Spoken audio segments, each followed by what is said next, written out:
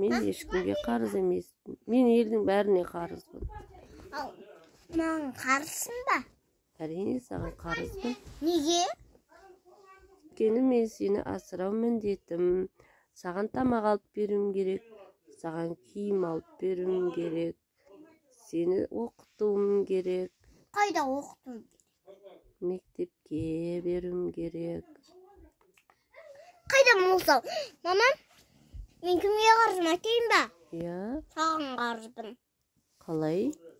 Солай, өйткені сен маған тамақ бересің. Сосын? Одан кейін сен маған ойыншық алып бересің. Солай емес пе?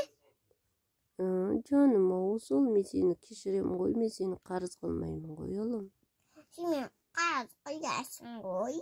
Қалай қарыз қылам? Солай. Сосын тағы кімге қарызсың? Сосын кейін тағы кімге қарызбын? Тағы кімге? Папама. Папаңа ма? Иә. Оған не үшін қарызсың? Сол. Қалай қарызсың? Ол маған көкөзіне берді ғой. Кукурузный бердім. Тұратына жарық